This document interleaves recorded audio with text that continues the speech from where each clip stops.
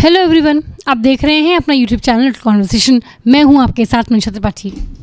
Hero the love story of a spy, इस film का एक डायलॉग है, जो एक गलती करे वो अनजान, जो दो गलतियां करे वो शैतान, जो गलतियों पे गलतियां करता जाए वो Pakistan. And Pakistan it seems अपनी गलतियों से सीखता भी नहीं है। पहले वो लोग जो इंडिया से माइग्रेट करके पाकिस्तान गए अपने मदरहुड या अपने नेशन के सर्च में, वो मुस्लिम जिन्होंने माइग्रेट किया 1947 के पार्टीशन में इंडिया से पाकिस्तान, उनको इक्विवेलेंट सिटीजन ट्रीट करने की जगह मुहाजिर का नाम दे दिया और उनको सेकंड रेट सिटीजन की तरह उन्हें सेकंड रेट सिटीजन की तरह ट्रीट किया। ईस्ट पाकिस्तान जो कि आज की तारीख में बांग्लादेश है, उनको इतना ज़्यादा मिसट्रीट किया कि वहाँ के लोग अपराइजिंग में उठ गए, रिवोल्ट कर लिया एंड फाइनली 1971 में एक नया देश ही बन गया बांग्लादेश। और अब वो लोग वही मिसट्रीटमेंट उस जगह के नागरिकों को कर रहे हैं जिस जगह को उन्होंने इलीगली ऑक्यूपाई कर लिया था 1947 में इंडिया से। The illegally Pakistan occupied Kashmir में, जिसको पाकिस्तान वाले आज़ाद कश्मीर बोलते हैं, वहाँ पे बहुत ही मेजर अपराइजिंग हुई है, बहुत ही ज़्यादा प्रोटेस्ट हो रहे हैं। एंड ये प्रोटेस्ट किसी भी सिविल एक्टिविस्ट या पॉलिटिकल एक्टिविस्ट या पॉलिटिकल पार्टी से स्पीयरहेडेड नहीं है। उनको कोई पॉलिटिकल लीडर नहीं लीड कर रहा है इन प्रोटेस्ट को। हो सकता है प्रोटेस्टर्स की भीड़ में कोई पॉलिटिकल फिगर हो, एक्टिविस्ट हो, लेकिन इसको स्पीयरहेड लीड जनता कर रही है। This is a mass protest, किसी पॉलिटिकल पार्टी से ऑर्गेनाइज्ड ये प्रोटेस्ट नहीं है। और ये प्रोटेस्ट बेसिक चीज़ों पे हैं। शुरुआत बेसिक चीज़ों से हुई थी, एटलीस्ट वहाँ की बिजली का बिल, रोटी, कपड़ा, चावल के दाम। Pakistan occupied Kashmir POJK Jammu, Pakistan occupied Jammu and Kashmir, उसमें अपने आप ही इतना ज़्यादा बिजली पैदा होती है। It's very prosperous in terms of resources. Economically तो बैंड बजा रखी है पाकिस्तान वालों ने वहाँ की। पाकिस्तान जो पंजाबी कौम वहाँ डोमिनेटेड है, उसके अलावा पाकिस्तान में कोई फ्लॉरिश नहीं कर रहा। वहाँ पे बेसिक्स की लड़ाई है। और अब जो प्रोटेस्ट हो रहे हैं उसमें कहा जा रहा है कि कश्मीर जो illegally Pakistan occupied Jammu and Kashmir है, वो कह रहा है कि या तो हमें आज़ाद कर दो, वाकई में आज़ाद कर दो, सिर्फ नाम मत रखो आज़ाद कश्मीर, या तो हमें इंडिया के साथ मिलने दो। पहले तो हम ये समझते हैं POJK का थोड़ा सा हिस्ट्री समझ लेते हैं। जब हिंदुस्तान आज़ाद हुआ तो हमारे जो कॉलोनियल रूलर्स थे, ब्रिटिशर्स थे, वो अपनी नापाक हरकतों से बाज नहीं आए। जाते जाते भी उन्होंने इंस्टेड ये बोलने के कि भाई जो इंडिया के साइड जो प्रिंसली स्टेट्स हैं, इनफैक्ट स्पेशली वो स्टेट्स जो इंडिया के एकदम दिल में है, बीचों बीच हैं, वो इंडिया के साथ मिल जाएं, और जो पाकिस्तान के बीचों बीच हैं वो पाकिस्तान में मिल जाएं। उन्होंने ये बोला जो पाकिस्तान अलग, इंडिया अलग, एंड जो प्रिंसली स्टेट्स किसी के साथ नहीं मिलना चाहते वो आज़ाद रह सकते हैं। ये नहीं सोचा कि जो इंडिया या पाकिस्तान के बीचों बीच प्रिंसली स्टेट्स होंगे वो आज़ाद होंगे, तो how will it work. But nevertheless उनकी हमारी भलाई के बारे में सोचने की उनकी मंशा तो कभी थी ही नहीं। तो इस क्लॉज को जब यूज़ करने का नाजायज़ फ़ायदा बहुत सारे प्रिंसली स्टेट्स के रूलर्स ने उठाया। हैदराबाद, जूनागढ़, उसमें शामिल थे जम्मू एंड कश्मीर के राजा हरी सिंह भी। वो आज़ाद रहना चाह रहे थे। इंडिया हमेशा से शरीफ था, उन्होंने टाइम दे दिया कि भाई सोचो क्या करना है तुमको। पाकिस्तान हमेशा से बदमाश था। उन्होंने 1947 में जब महाराजा हरी सिंह अपनी आज़ादी के बारे में सोच रहे थे, लुफ्त उठा रहे थे, उन्हें अटैक कर दिया कश्मीर को। और तब राजा हरी सिंह को समझ में आया कि आज़ाद रहना इतना आसान नहीं है, इतने तनाव भरे माहौल में। तो उन्होंने इंडिया के साथ इंस्ट्रूमेंट ऑफ एक्सेशन साइन कर दिया। हिस्ट्री इससे बहुत ज़्यादा कॉम्प्लिकेटेड है, मैं बहुत ही सिंपलिस्टिक टर्म में बता रही हूँ। जो एक्चुअली हुआ वो इससे बहुत ज़्यादा कॉम्प्लिकेटेड होता है। कोई एक आज़ाद रहना चाहता है, सरदार वल्लभ भाई पटेल ने जी जान एक कर दिया। अगर वो नहीं होते तो शायद आज हिंदुस्तान 500 टुकड़ों में होता। बट मैं इसको संक्षिप्त सिंपलिस्टिक टर्म में पीओके का हिस्ट्री बता रही हूँ कि ये हुआ कि जब पाकिस्तानियों ने 1947 में जम्मू एंड कश्मीर का उस समय जो प्रिंसली स्टेट था उस पर अटैक किया, तो वहाँ के महाराजा हरि सिंह ने इंस्ट्रूमेंट ऑफ सक्सेशन इंडिया के साथ साइन कर लिया। लेकिन तब तक आधा हिस्सा पीओके वाले उस पर अपनी कब्ज़ा कर चुके थे। आज की तारीख में उसको वो एक आज़ाद कश्मीर बोलते हैं और एक उसको गिलगिट बाल्टिस्तान भी बोलते हैं। वो कश्मीर का ही हिस्सा है, हमारा ही हिस्सा है, उसी कश्मीर का हिस्सा है जो हमारा है।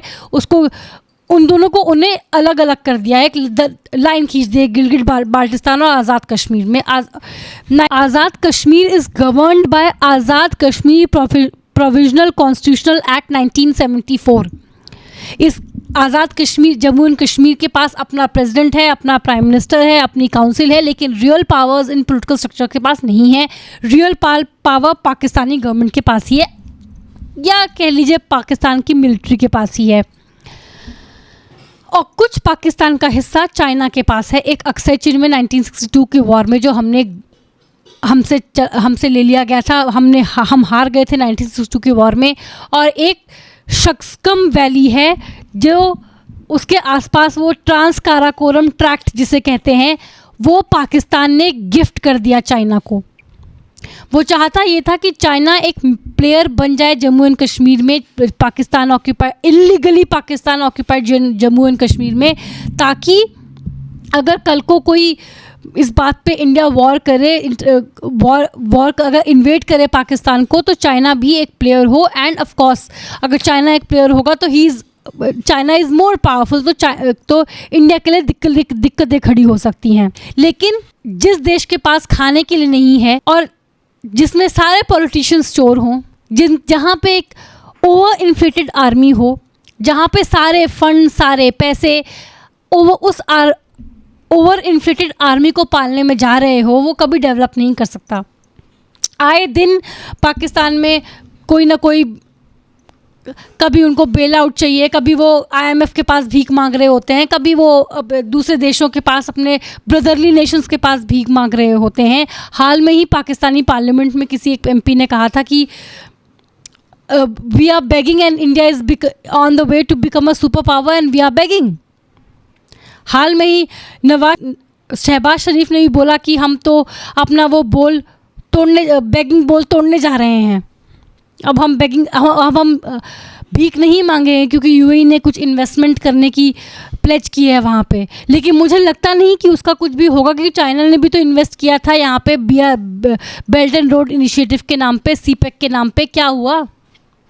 कुछ भी तो नहीं हुआ। ठन गोपाला चाइना के पास भी है और पाकिस्तान के पास भी है, क्योंकि Pakistan knows how to squander money. तो हुआ ये बेसिकली कि जो IMF की कुछ शर्तें थी कि भाई आपको ये दिखाना पड़ेगा कि जो आप लोन हमसे ले रहे हैं उसको आप रीपे करने की भी इच्छा रखते हैं, आप हैं सक्षम उसको रीपे करने के लिए।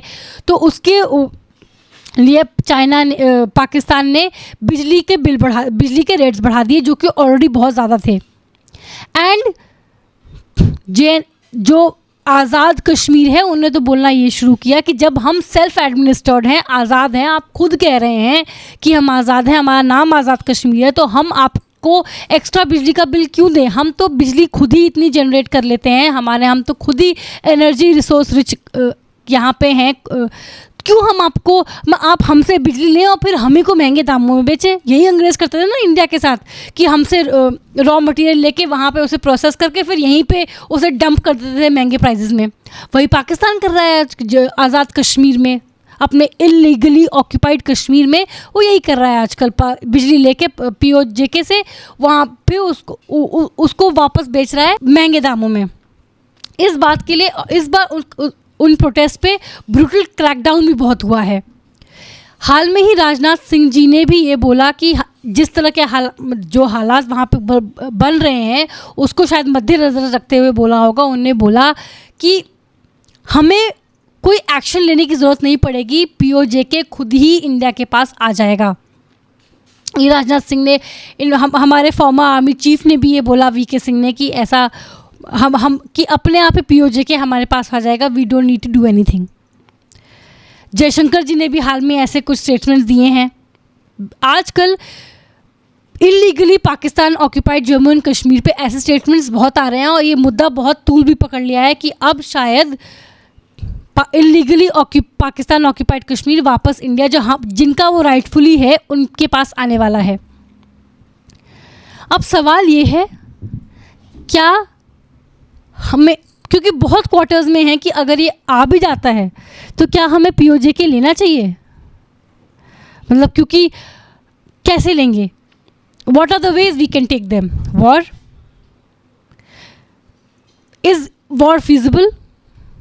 नहीं, मैं ये चाइना से डर के नहीं कह रही हूँ कि अगर पाकिस्तान के सहायता के लिए चाइना आ गया एंड वो न्यूक्लियर पावर है एंड पाकिस्तान में न्यूक्लियर पावर है तो क्या होगा, क्योंकि न्यूक्लियर पावर रशिया भी है एंड यूक्रेन ने लड़ाई तीसरे साल में है यूक्रेन का वॉर, यूक्रेन रशिया का वॉर। सो वो न्यूक्लियर वेपन्स वो बस ताले में बंद करने के लिए हैं, वो सफ़ेद हाथी हैं, वो कोई यूज़ नहीं करेगा। कहने वो चेस्ट थम्पिंग के लिए अलग बात है, लेकिन न्यूक्लियर वेपन यूज़ करना हलवा नहीं है। So no, I am not afraid of being कि भाई Pakistan is a nuclear power, और नॉर मैं ये इसलिए भी नहीं कह रही क्योंकि मुझे चाइना से डर लगता है कि अरे इंडिया इतना बड़ा नेशन है, इंडिया को हरा देगा। 1962 का वॉर हर बार चाइना हाय हाय हाय हाय कहा कि इस बार अगर तुमने ये मत, भारत 1962 का वॉर नहीं भूलना चाहिए। हर बार चाइना वाले बोलते हैं, हर बार हमें 1962 का वॉर याद दिलाता है। मेरे समझ में ये नहीं आता कि कोई चाइना को 1967 का वॉर क्यों नहीं याद दिलाता। चोला एंड नाथुला में ये सितंबर से लेकर अक्टूबर में ये नाथुला एंड चोला में ये वॉर हुआ था चाइना के साथ। इंडिया वन 1962 के बाद 5 साल बाद 1967 में एक वॉर हुआ जिसमें कि चाइना हार गया, चाइना रिट्रीटेड। ये कभी कोई याद क्यों नहीं दिलाता चाइना को? चाइना की ये शॉर्ट मतलब बहुत ही कन्वीनियंटली वो चीज़ें तो दुनिया भर को याद रहती हैं जहाँ पे इंडिया को शिकस्त आई थी, लेकिन जहाँ दूसरे शिकस्त खाए थे वो याद नहीं आता। चाइना के बाद एक और वॉर हो चुका है जिसमें कि इंडिया जीत चुका है, चाइना हार चुका है। इंडिया अब 1962 का इंडिया नहीं है। 1967 से भी जब वो चाइना हमसे हार गया था, हम 1967 से भी ज़्यादा मजबूत इंडिया है, मजबूत भारत हैं। ये बार बार 1962 पे जो हार करती रहती है चाइना, उसका कोई फ़ायदा नहीं है। मैं वॉर बेसिकली इसलिए कह रही हूँ क्योंकि हमारी इकॉनमी अभी we are just economy is taking off at a time जब हमारी इकॉनमी टेक ऑफ कर रही है। Can we afford a war? Should we go to war? मैं यहाँ हम लोग अभी इमर्ज कर रहे हैं, 1947 में डेवलप्ड बनना चाह रहे हैं। इस समय पे जब हम लोग एक थ्रेशहोल्ड पे खड़े हैं, क्या वॉर हमारे लिए फिजिबल है? क्योंकि चाहे जो भी हो, चाहे जब बांग्लादेश का वॉर हुआ था 1971 में, बहुत पॉपुलर आक्रोश बहुत था पाकिस्तान के खिलाफ, तो भी वॉर की ज़रूरत पड़ गई थी। तो अगर सारा Pakistan illegally Pakistan occupied Jammu and Kashmir के सारे लोग उठ खड़े होते हैं पाकिस्तान के खिलाफ, तो भी वॉर तो होगा। ऐसे पीसफुल ट्रांजिशन नहीं होता दिख रहा है। इस चीज़ का कोई पीसफुली कैसा भी टेरिटरी सीड नहीं करता है। सो वॉर होगा। Can India afford a war? जब हम थ्रेशहोल्ड पे खड़े हैं, एक ऐसी economy, 3rd largest economy and developed nation बनने के थ्रेशहोल्ड पे खड़े हैं। दूसरी बात, should we take back POK? भाई वहाँ के जो, मैं ठीक है, वो लोग हमसे, how do I say that, economy एक चीज़ है, लेकिन क्या आप दिल मिल पाएंगे? एक टाइम जिन लोगों को हम अपने घर में बुलाएं, इनवाइट करें, ये भी तो देखना चाहिए कि उनसे क्या अब हमारे दिल मिल पाएंगे। हमें भूलना नहीं चाहिए कि बांग्लादेश पाकिस्तान से बहुत नाराज़ था और उसकी आज़ादी में हम इंडिया ने बहुत वाइटल रोल प्ले किया था। US से दुश्मनी ऑलमोस्ट दुश्मनी मोल लेके हमने बांग्लादेश को आज़ाद करवाया इंडिया ने, एंड आज की तारीख में वहाँ इंडिया आउट कैंपेन चल रहा है। सो वो एहसान फरामोशी और भूल जाना कि बुरे वक्त में हमारे साथ कौन था, ये इंसानी फितरत होती है और इंसान ही देश बनाते हैं। तो आज़ाद कश्मीर एक्चुअली आज़ाद हो जाए पाकिस्तान से या इंडिया के साथ मिल जाए, ये जानना, ये क्या हमारे दिल मिल पाएंगे? ये एक बहुत बड़ा सवाल है। हालांकि ऐसा केस हमने देखा है, Germany, East Germany and West Germany divide हो गए थे आइडियोलॉजिकल बेसिस पे। East Germany and West Germany, एक कम्युनिस्ट था, एक कैपिटलिस्ट था, लेकिन फिर बर्लिन वॉल टूटी एंड दे मर्ज्ड अगेन।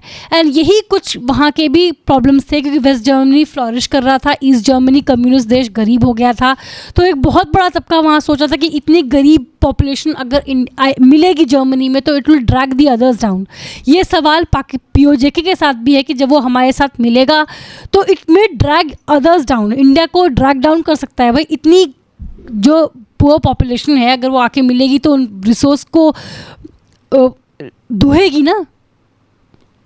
तो क्या करना चाहिए? मेरी पर्सनल ओपिनियन है कि हमें ले लेना चाहिए, क्योंकि एक भाई पाकिस्तान जो पार्टीशन हुआ था, दिस माय पर्सनल ओपिनियन, जो पाकिस्तान जो पार्टीशन हो गया देश का 1947 में, जो पाकिस्तान बना ना, हम उसको अखंड भारत ना, उसको लेने की कोई इच्छा नहीं है, बिल्कुल नहीं। जो पाकिस्तान जा चुका है उसको हमें चाहिए ही नहीं, वो आगे से बोलेंगे भी तो भी नहीं चाहिए। लेकिन Jammu and Kashmir illegally occupied है, उन्होंने जबरन हथियाया है हमसे, दैट इज़ नॉट गुड। लगातार चाइना भी हम अभी भी टेरिटरी एनक्रोच करने में लगा रहता है।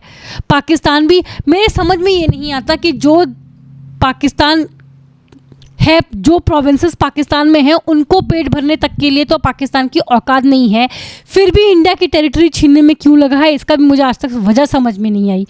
कि ये इंडिया में हमारा कश्मीर जो हमारे पास रह गया, जो वो लोग हथियाने में नाकाम रहे, वो भी उनको चाहिए क्यों? जो लोग हैं वहाँ पे उनको तो खाना खिला नहीं पा रहे, खुद तो पेट भर नहीं पा रहे, दूसरों इनका क्या करोगे? एनीवे, एक मैसेजिंग जानी चाहिए कि इंडिया से आप कुछ भी जबरन हथियाया हुआ है वो। एक तो ये वजह है, और उससे भी बड़ी वजह ये है कि illegally Pakistan occupied Jammu and Kashmir strategically बहुत इंपॉर्टेंट है। उसके बॉर्डर्स बहुत ही उसके जो इंटरनेशनल बॉर्डर्स हैं वो वेरियस अफ़गानिस्तान से, पाकिस्तान से, चाइना से मिल रहे हैं, एक हाइट पे है वो। सो उसकी स्ट्रेटजिक लोकेशन बड़ी अच्छी है। अगर वो इंडिया के पास रहेगा तो स्ट्रेटजिकली हम लोगों के लिए वो बहुत अच्छा है, क्योंकि चाइना एंड पाकिस्तान हमारे विरोधी नेशन है, नॉट एनिमी नेशन है। वाइज बी डिप्लोमेटिक, वो एनिमी नेशन है, दुश्मन देश हैं, वो हमारे खिलाफ साजिशें रचते रहते हैं। सो ऐसे में ऐसा स्ट्रेटजिक लोकेशन वाला लैंड अगर हमें मिल जाए तो बहुत अच्छा होगा। कश्मीर हमारे सर का ताज है, वो हम और सिर्फ आज़ाद पाकिस्तान नहीं, गिलगिट बाल्टिस्तान भी उन्होंने जो जम्मू एंड कश्मीर हथियाया उसमें एक लाइन खींच दी, एक को आज़ाद कश्मीर बुलाने लग गए, एक को गिलगिट बाल्टिस्तान, लेकिन ये सारा इंडिया का ही हिस्सा है, कश्मीर का ही हिस्सा है। शक्सगम वैली, वो ट्रांस काराकोरम ट्रैक्ट उन्होंने जो चाइना को गिफ्ट किया है वो भी इंडिया का हिस्सा है। अक्षय चिन्ह भी जम्मू एंड कश्मीर का हिस्सा है, वो इंडिया को मिलना चाहिए। एंड चाइना से हमें डरने की कोई ज़रूरत नहीं है। 1967 में हम उसे हरा चुके हैं चाइना को। यूक्रेन ने, चाहे जो भी हो, यूक्रेन ने नाक में दम तो मचाया हुआ है रशिया के। ऐसा तो नहीं है कि मुझे एकदम जीतते तो नहीं दिख रहा। चाइना भी मतलब वो हाथी के दांत दिखाने के और खाने के, और वहाँ पे असली फिगर कभी भी निकल के आता नहीं है। सब कुछ स्टेट कंट्रोल्ड है, तो एक्चुअल हालत क्या है चाइना की पता नहीं है। हम लोग भी 1962 का इंडिया नहीं है। सो यहाँ पे डर किसी का नहीं है, लेकिन ये है कि वॉर इस समय शायद हम लोग न, war is something we would afford से ज़्यादा इट शुड इंडिया की इकॉनमी ड्रैग डाउन करेगा। We are taking off, we are about to fly, ऐसे में।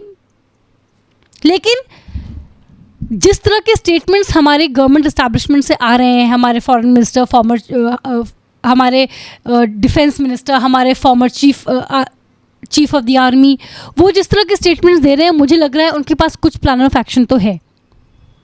क्योंकि एक टाइम था जब हम सोचते थे कि 370 भी नहीं जाएगा, राम मंदिर भी नहीं बनेगा, कुछ नहीं, वी वो ऑल, मतलब ठीक है, हाँ, हमें यही लगता था कि ये सब जुमले हैं, आप चाहे पाकिस्तान बीजेपी के सपोर्टर हो या नहीं हो, सबको किसी लेवल पे लगता था कि ये तो ठीक है, मैनिफेस्टो में बोल दिया, राग गा दिया, होगा नहीं, but it was actually done. So हो सकता है, not in near future but in distant future, ये हमारे साथ मिल जाए. और क्या पता है इन लोगों के पास कोई प्लान, गवर्नमेंट के पास कोई प्लान ऑफ एक्शन हो भी, कि खुद ही पीओजे के हमारे पास आ जाएगा. ऑफ कोर्स मुझे समझ में नहीं आ रहा कैसे, but they are well informed. कि एक और चीज़ इधर मैं ऐड करना चाहूँगी, जो ये इधर जब आर्टिकल 370 हटा था तो बहुत सारे पॉलिटिशियंस ने कहा था कि ये तो कश्मीरियत को मार देंगे, ये तो हमारी आइडेंटिटी को छीन रहे हैं, यहाँ पे एक ऑटोनॉमी होनी चाहिए थी. क्योंकि यहाँ पे भी एक टाइम पे था जब यहाँ पे जम्मू कश्मीर का अलग फ्लैग था और वहाँ पे मिनिस्टर्स थे, प्राइम मिनिस्टर थे, वहाँ का अलग प्राइम मिनिस्टर था और अलग कॉन्स्टिट्यूशन भी थी एक ज़माने में. ये जो आज़ाद कश्मीर है पीओजे का, आज़ाद कश्मीर है, इनके पास अपना प्रेसिडेंट है, प्राइम मिनिस्टर है, काउंसिल है, लेकिन हकीकत क्या है देख रहे हैं ना. तो नीयत, आपकी देश की नीयत क्या है आपके प्रति, उससे फ़र्क पड़ता है. आपके पास अपना प्रेसिडेंट है या प्राइम मिनिस्टर है, उसका फ़र्क नहीं पड़ता. और जैसे कि यहाँ पे इन जो कश्मीर है वहाँ की डेवलपमेंट देखिए, 4 एयरपोर्ट्स हैं. पीओजे में मात्र 2 एयरपोर्ट्स हैं, मात्र 6 यूनिवर्सिटीज़ है बस. यहाँ जो इंडिया में है उसमें 35 यूनिवर्सिटीज़ हैं. पीओजे में 23 हॉस्पिटल्स हैं. और इंडिया वालों ने हमारे अपने कश्मीर में 2800 से ज़्यादा हॉस्पिटल्स बनवाए हुए हैं और फ्री हेल्थ केयर भी है. सोचिए इतना डिफरेंस है डेवलपमेंट में, क्योंकि यहाँ कमिटमेंट है कश्मीर को अपने से इंटीग्रेट करने का, उसको डेवलप करने का, कश्मीर के लोगों को इंक्लूडेड फील कराने का. इंक्लूसिविटी की एक कमिटमेंट है, चाहे सरकार जो भी हो. लेकिन कश्मीरी लोगों के प्रति एक कमिटमेंट है हिंदुस्तान की सरकार का, हिंदुस्तान का, कि हमारा हिस्सा है, इन्हें हमें इंटीग्रेट करना है हमारे साथ. पाकिस्तान में ऐसी कोई नीयत नहीं है. वो पंजाबी डोमिनेटेड कम्युनिटी जो है वो सबको अलिनिएट किए पड़ी है, चाहे वो बलोच हों, चाहे वो सिंधी हों, चाहे वो जो पीओजे के लोग हों, चाहे वो ईस्ट पाकिस्तान के लोग थे. अपनी प्रॉस्पेरिटी के अलावा उनको किसी की प्रॉस्पेरिटी से मतलब नहीं है. बाकी सब गुलाम हैं, बाकी सब सेकेंड रेट सिटीजन्स हैं. वो जो ओवर इन्फ्लेटेड आर्मी है उनके ऊपर खर्चे होते रहते हैं, बस उन्हीं के ऊपर खर्चे होते रहते हैं. अपनी आम जनता की डेवलपमेंट के लिए वहाँ पे कोई कमिटमेंट नहीं है. वो बेगिंग बॉल तोड़ दिया तो पता नहीं क्यों तोड़ दिया बेगिंग बॉल. शहबाज शरीफ अभी उनने हाल में उनका बयान है, I have broken the begging ball. क्यों तोड़ा? भीख किससे मांगेंगे अब? क्योंकि भीख तो पक्का मांगेंगे. वो सिर्फ अपनी अपनी जेबें भर के वो निकल जाते हैं लंदन. लेट्स सी कि ये जो प्लान है जो हमारी गवर्नमेंट का, जिसके तहत हमें कुछ करना नहीं पड़ेगा, वो पीओजे के अपने आप हमारे पास आ जाएगा, ये कब तक मटेरियलाइज होता है और ये प्लान आखिर है क्या? I am little curious to know. I hope जल्दी मालूम पड़े. आज के लिए इतना ही. मुझे दीजिए इजाज़त. ऐसे टॉपिक्स पर चर्चा के लिए बने रहें मेरे चैनल कॉन्वर्सेशन के साथ. इस वीडियो पे अपनी राय ज़रूर दें. इस वीडियो को लाइक करें, शेयर करें. मेरे चैनल को प्लीज़ सब्सक्राइब करें. सी यू अंटिल नेक्स्ट टाइम.